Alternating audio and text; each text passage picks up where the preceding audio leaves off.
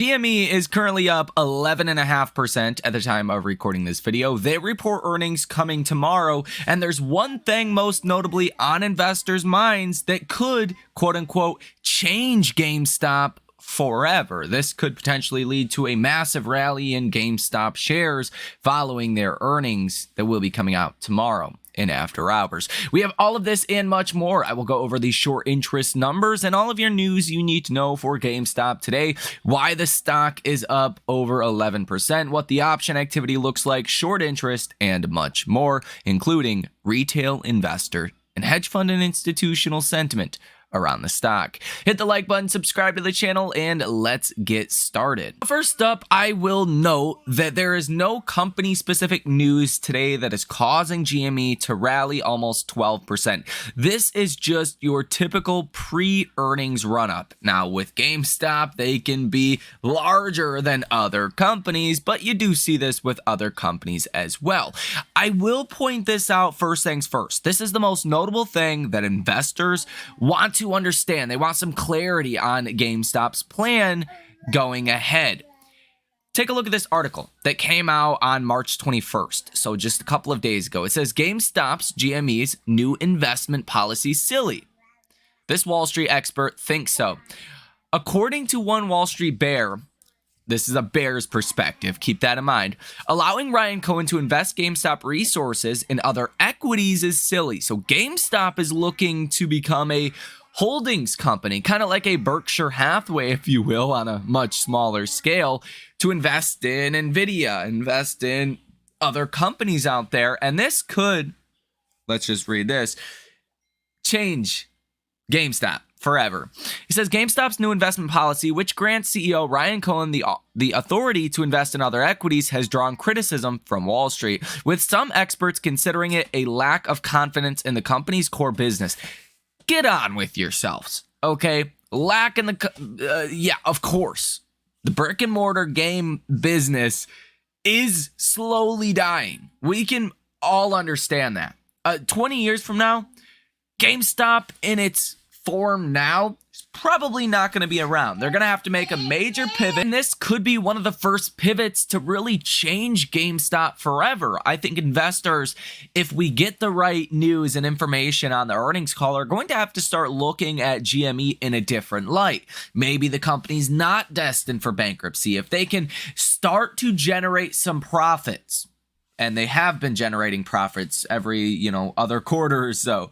It can be pretty sporadic when you're talking about GameStop or other meme stocks trying to get to profitability. But if they can take those profits and invest those profits into other companies and grow their assets over time in that way, I think you have to start looking at GameStop a little differently. Now, you can make the argument your name probably shouldn't be GameStop. You should probably do what Facebook did and change that to Meta. Just change the overall company if you're pivoting the business model by this degree. But we don't have a lot of clarity. We don't know what Ryan Cohen bought. We don't know the schedule for this. We don't know how aggressive they're going to be in this. We don't know a lot in regards to the specifics of, Ryan Cohen able to invest in other companies. So that is a main focal point for investors coming on this upcoming earnings. Now, here's what the bears say. Analyst Michael Pashner has strongly criticized the move, calling it alarming and one of the most insane decisions he's seen. Well, insane, what do they say? Being called crazy in a crazy world kind of makes you sane. I would imagine. I mean, look at what other stocks are doing. Look at ARM. That's trading at almost 10 times the valuation of Nvidia. Over that, like 30, 40 times the valuation of Nvidia, stock's up like 4% today. That's insane, I would argue. It might be the right choice for GameStop.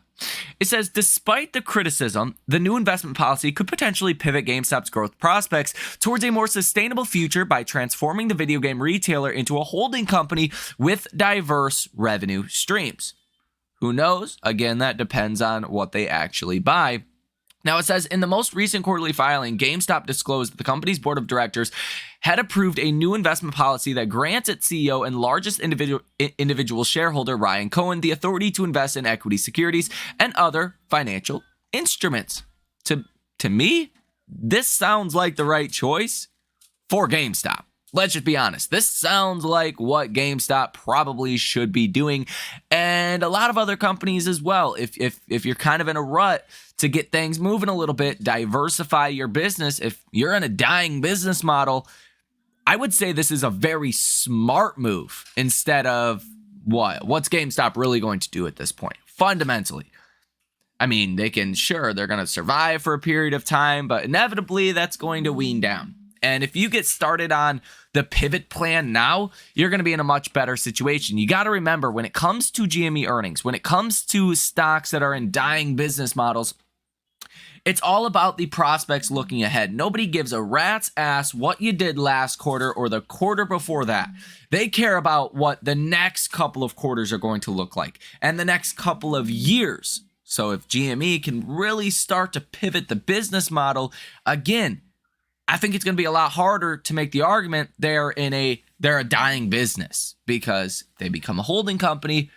That's not, quite a dying company. At least they will have assets. So I think that's pretty important. And I think that's probably the reason why GME is up almost 12% today. Investors are giving them a little bit of that benefit of the doubt and waiting to see, like, hey, we could get some good news here. And GME is trading at pretty low prices relative to where GME has traded before, trading at about $14.65 per share.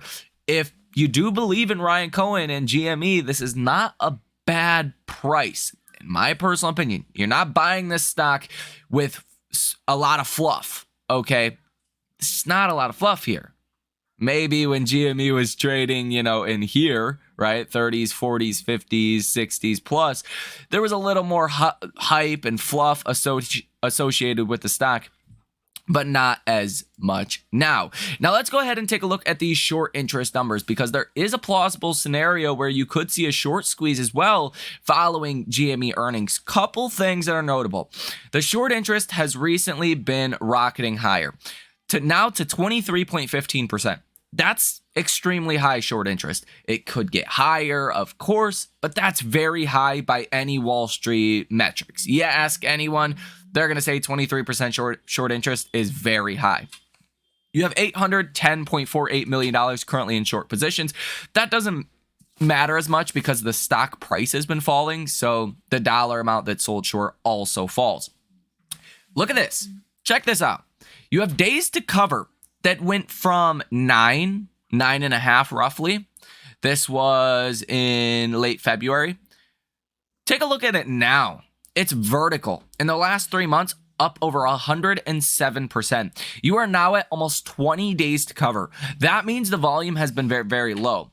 When you have 61.87 million shares that are currently sold short, if you get the right news, you get the right catalyst, it's going to take a lot of time for shorts to actually cover on their short positions. And that is problematic for the shorts and potentially good news if the stock does go through a short squeeze and you're on the winning side of a short squeeze. So you're long in the stock. You do have 75.5 million shares that are also currently out on loan. Cost to borrow fees today currently at about 3.5%. Share utilization at 82.56% with a short score of 85.43 out of 100 according to Ortex. So you are heavily short. Short scores high, days to covers high. There's really not anything that you can't not like here if you're in the markets to look at the next big runner. And again, when you get a pivot in a business that is this potentially long-term transformative, that just rewrites the whole game for the company. You have to start looking at the company differently.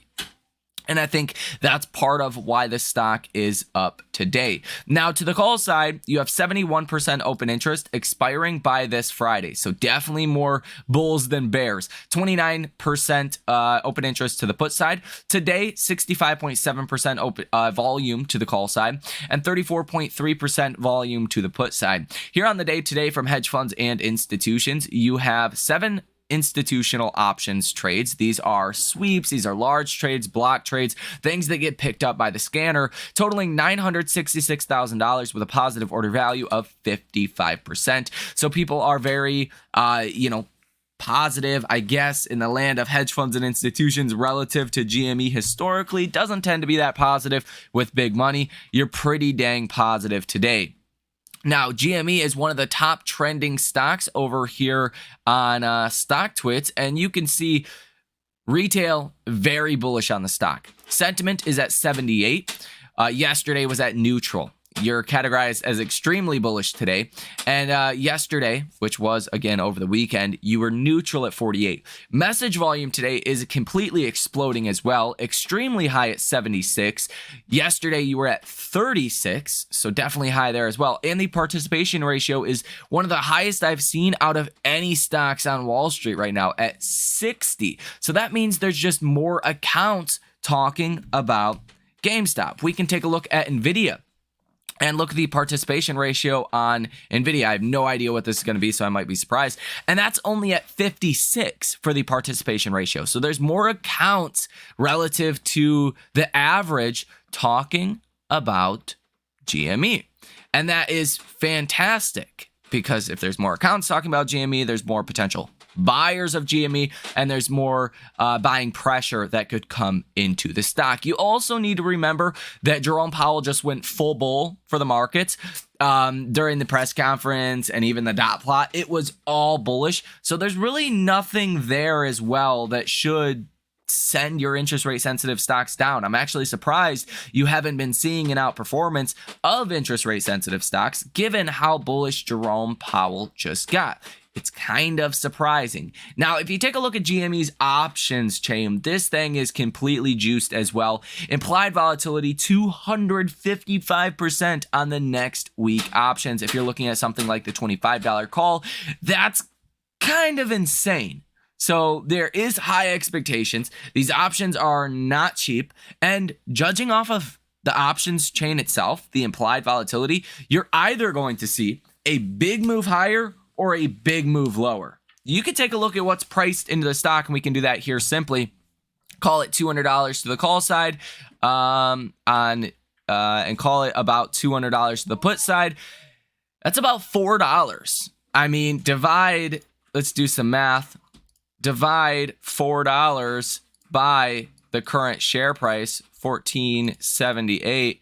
You're pricing in about 27% of a move for GME earnings.